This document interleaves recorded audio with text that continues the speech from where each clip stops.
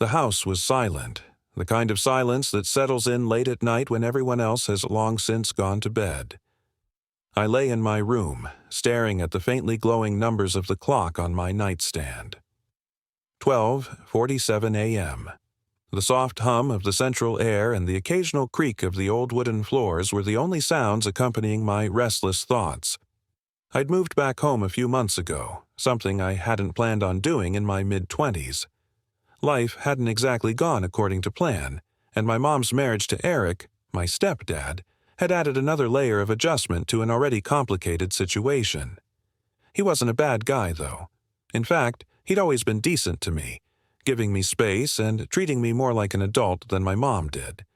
Still, there was something about him that I couldn't quite figure out, something beneath the surface that felt unsettling.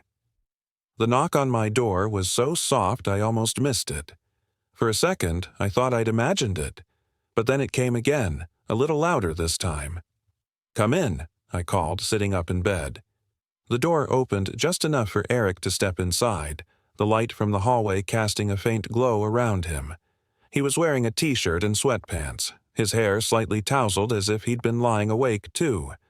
His presence filled the room in a way I couldn't quite describe, calming yet charged, familiar yet distant. "Sorry to bother you," he said, his voice low so as not to wake my mom. "I just wanted to check on you. I noticed your light was still on." "It's fine," I said quickly, motioning to the chair by my desk. "You can sit if you want." He hesitated for a moment before crossing the room and sitting down, his movements slow and deliberate. The chair creaked under his weight, and I realized how strange it was to have him here, in my space, at this hour. It wasn't unwelcome, just unexpected. Eric sat down in the chair, his hands resting on his knees as he leaned forward slightly. The dim light from the hallway cast shadows across his face, making it harder to read his expression. For a moment, neither of us said anything, the silence stretching between us like a taut rope.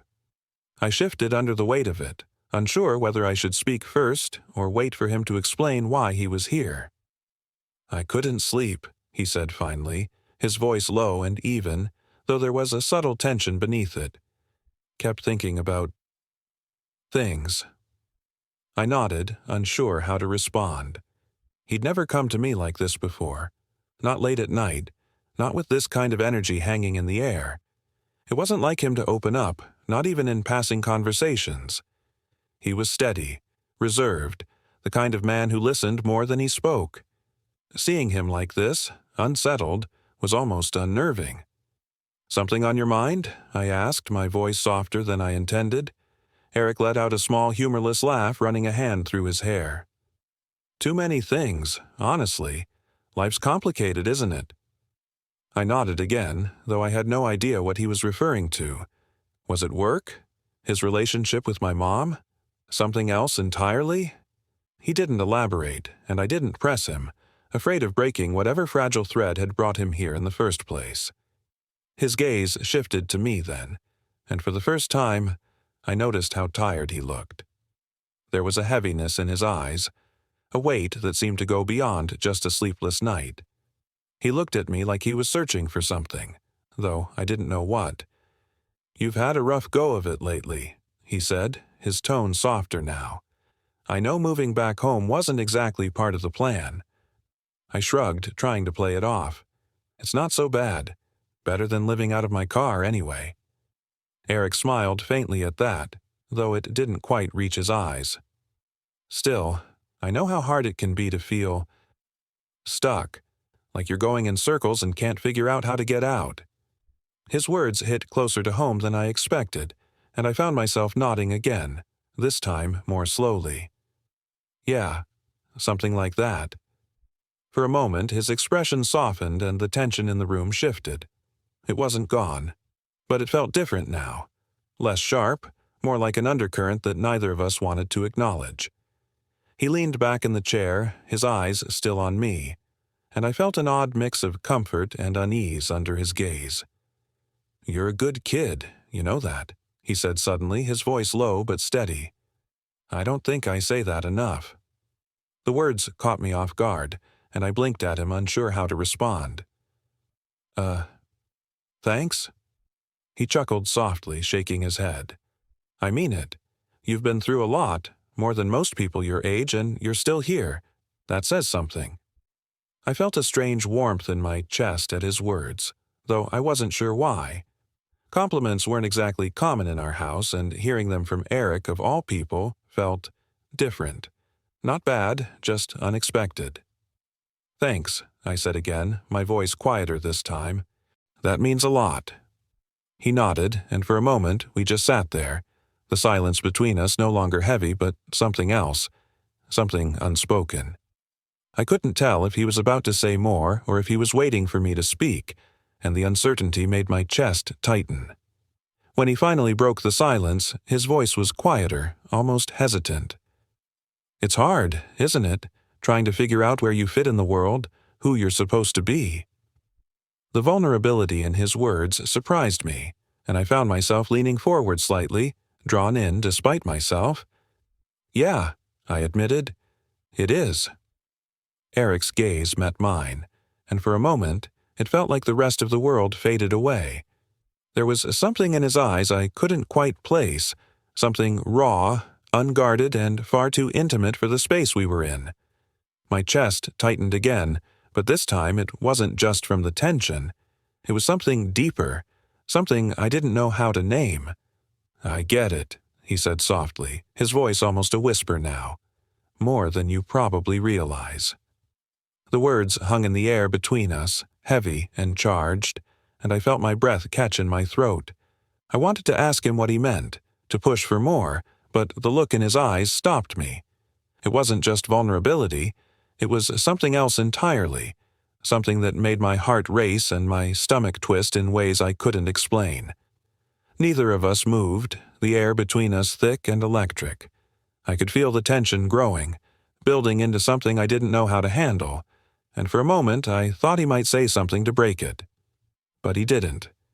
Instead, he reached out, his hand brushing against mine in a gesture so small it could have been accidental. But it wasn't. The contact sent a jolt through me, and I froze, my mind racing with 1,000 thoughts I couldn't untangle. His hand lingered for just a moment before he pulled back, his expression shifting into something unreadable. I should go, he said abruptly, his voice tight. Before I could respond, he stood and made his way to the door, his movements quick but not rushed. He paused for a moment in the doorway, his back to me, and I thought he might turn around, might say something to explain what had just happened. But he didn't. Instead, he stepped into the hallway and closed the door behind him, leaving me alone with the sound of my own racing heartbeat. I sat there for what felt like hours, replaying the moment over and over in my mind. The way he'd looked at me, the way his hand had lingered on mine. It didn't feel like something I'd imagined, but if it was real, what did it mean? And what was I supposed to do now? The silence in the room felt heavier now, pressing down on me as I stared at the door Eric had just closed behind him. My mind was a whirlwind of confusion and unspoken questions, each one louder than the last. Why had he come to my room in the middle of the night? What was he trying to tell me? Or not tell me? And most of all, why couldn't I stop thinking about the way his hand had brushed mine, the way his eyes had lingered on me just a little too long? I got up from the bed and started pacing, trying to shake the restless energy coursing through me. The air in the room felt too thick, too stifling, and I found myself walking to the window and pushing it open, letting the cool night breeze wash over me. Outside, the world was still, the faint rustle of leaves and the occasional chirp of a cricket the only sounds breaking the quiet. I took a deep breath, hoping it would calm the storm in my chest, but it didn't. All I could think about was Eric, his voice, his presence, the way he'd looked at me as if he were holding back something he didn't know how to say. There was a part of me that wanted to march out into the hallway, knock on his door, and demand answers. But there was another part, a quieter, more uncertain part, that wasn't sure I wanted to hear them. The hours ticked by, and sleep never came.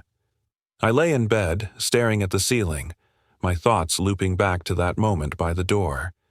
It wasn't just the touch or the look in his eyes. It was the way it had made me feel. Vulnerable. Exposed. Seen. It was unsettling and thrilling all at once, and I didn't know what to do with it. By the time morning came, I felt like a shell of myself, my body heavy with exhaustion but my mind still racing. I dragged myself out of bed, threw on some clothes, and headed downstairs, hoping a strong cup of coffee would give me some clarity, or at least the energy to fake it. Eric was already in the kitchen when I got there, standing at the counter with a mug in his hand. He looked up when I walked in, and for a moment, our eyes met. There it was again, that flicker of something unspoken, something that made my chest tighten and my breath catch in my throat. He looked away quickly, clearing his throat as he set his mug down. "Morning," he said, his voice neutral but strained. "Morning," I replied, moving to the coffee pot and pouring myself a cup. The room felt too quiet, the tension between us palpable. I wanted to say something, anything, to break the silence, but I didn't know where to start. Eric beat me to it. "About last night," he began, his voice hesitant. I turned to look at him, my heart pounding. "Yeah?" He ran a hand through his hair, his gaze fixed on the counter. "I'm sorry if I made you uncomfortable. That wasn't my intention." The apology caught me off guard, and for a moment, I didn't know how to respond. Uncomfortable wasn't the word I would have used, not entirely anyway. Confused, maybe. Intrigued, but not uncomfortable. "You didn't," I said finally, my voice quieter than I intended. "I just wasn't expecting it." He nodded, his jaw tightening. "It won't happen again." Something about the finality in his tone made my chest ache, though I couldn't quite explain why. "Eric, you don't have to." "It's fine," he interrupted, his voice sharper now. "I don't want to complicate things." But they were already complicated, and we both knew it. I wanted to push him, to ask him what he meant, to make him say out loud what we were both dancing around. But I couldn't bring myself to do it. The fear of what his answer might be, or what it might mean for us, kept me silent. The rest of the day passed in a blur of forced normalcy. Eric went about his usual routine, and I did my best to keep busy, though my thoughts were never far from him. Every time our paths crossed, the tension between us crackled like static electricity, unspoken words hanging in the air like a storm waiting to break. That night, I found myself lying in bed again, staring at the clock as the minutes dragged by. The house was quiet, but my mind was anything but. I kept replaying the events of the last 24 hours, each moment clearer and more vivid than the last.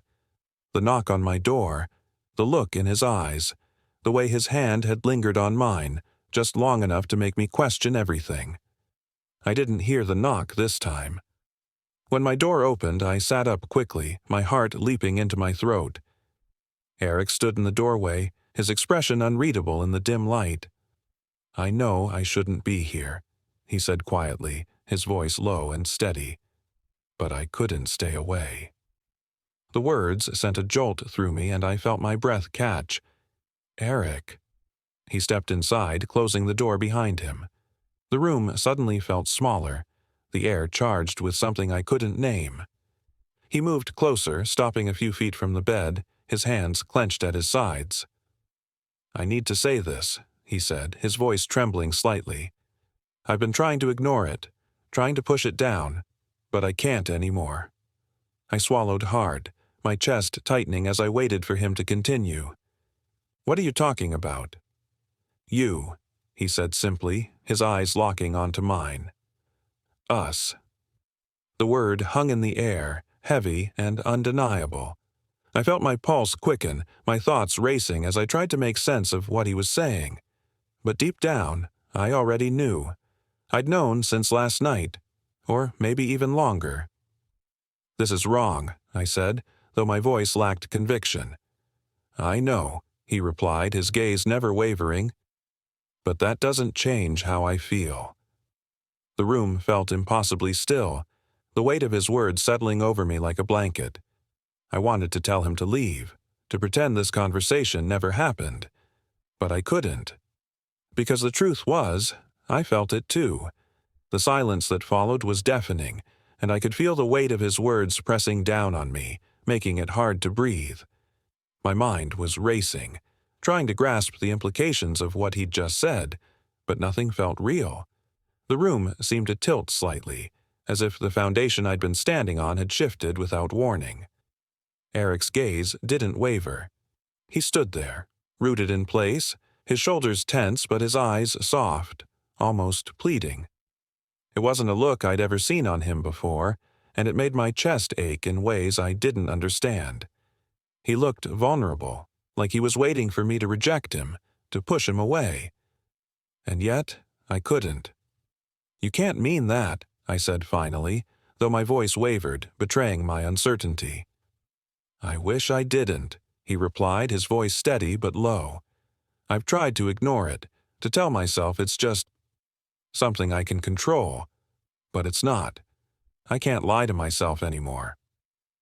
His honesty cut through me, raw and unfiltered, and I felt my heart pounding against my ribs. I didn't know what to say, didn't know how to respond to the confession that hung between us like a fragile thread. Part of me wanted to deny it, to tell him he was wrong, that this wasn't happening. But another part, a darker, quieter part, felt a flicker of something that terrified me, something that wasn't rejection. "Eric," I started, my voice barely above a whisper, whatever this is, it's not—" "Don't say it," he interrupted, his voice breaking slightly. "Don't tell me it's wrong. I know it is.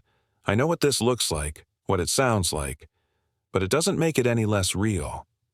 The room felt like it was closing in around us, the air thick and heavy. I couldn't look away from him, couldn't bring myself to move or speak. All I could do was sit there, my thoughts spinning in a chaotic whirlwind that I couldn't seem to control. Eric took a step closer, his movements slow and deliberate, as if he were afraid of scaring me off.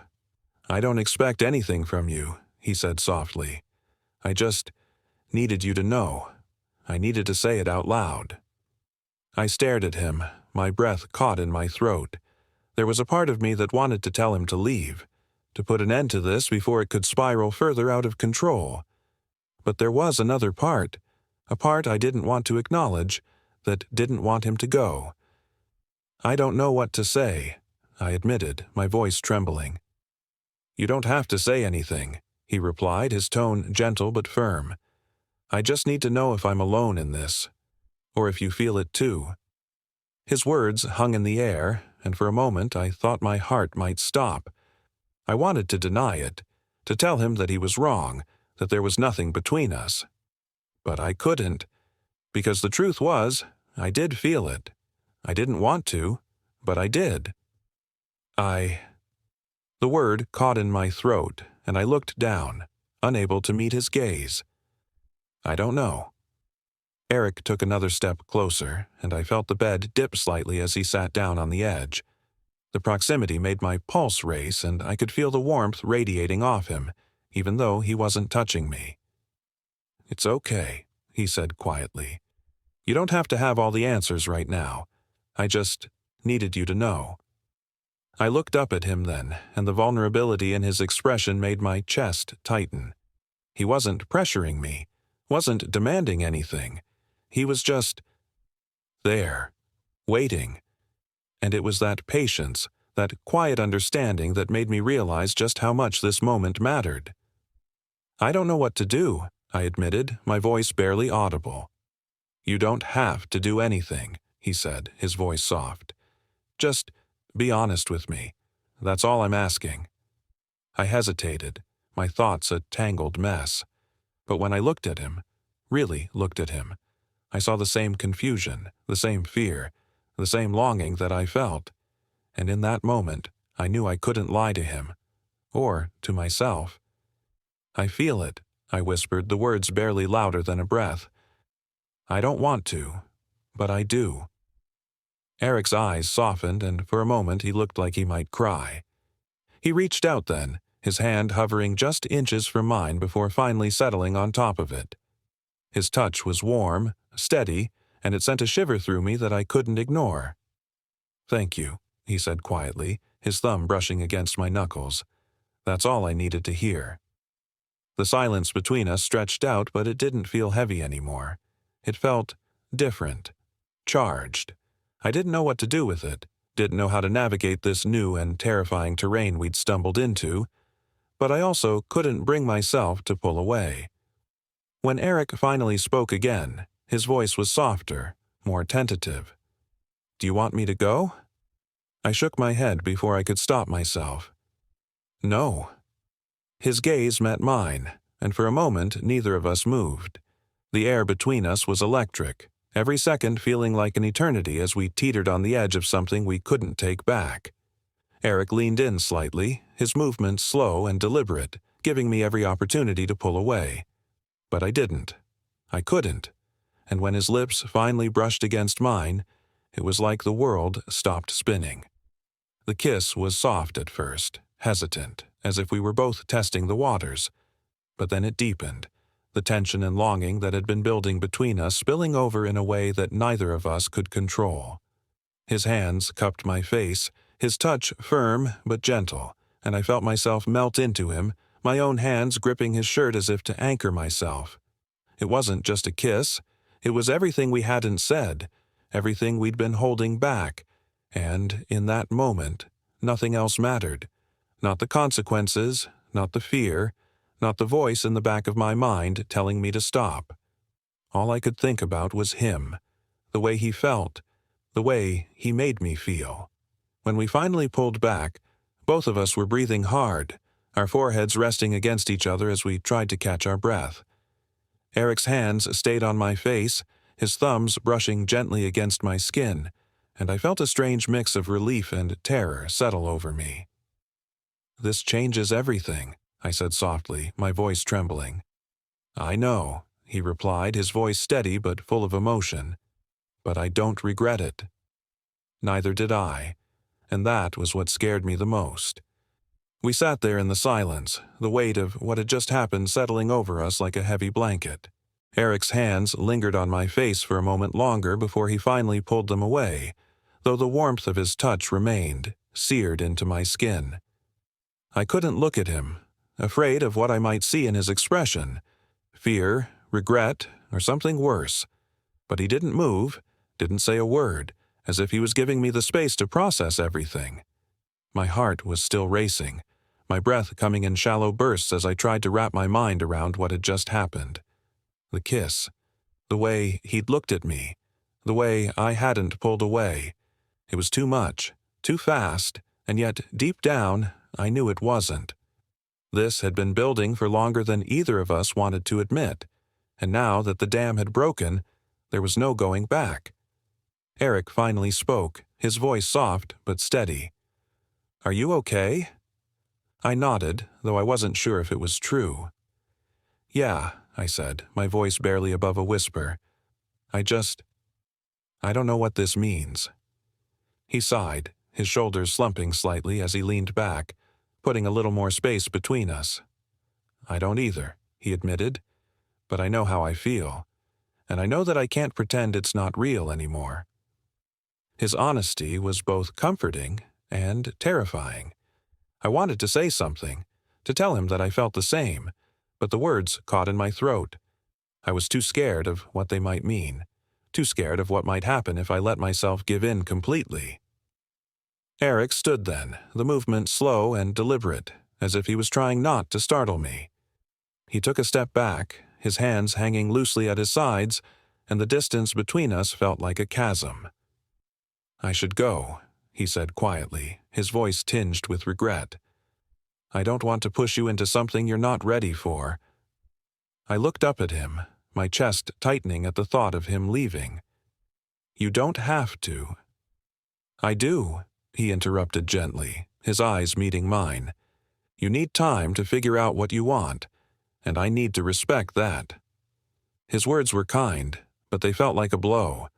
I wanted to reach out, to tell him to stay, but the fear of what might happen if he did kept me frozen in place. All I could do was nod, my throat too tight to speak. Eric hesitated for a moment longer, his gaze lingering on me as if he was trying to memorize every detail. Then, with a small, sad smile, he turned and walked to the door.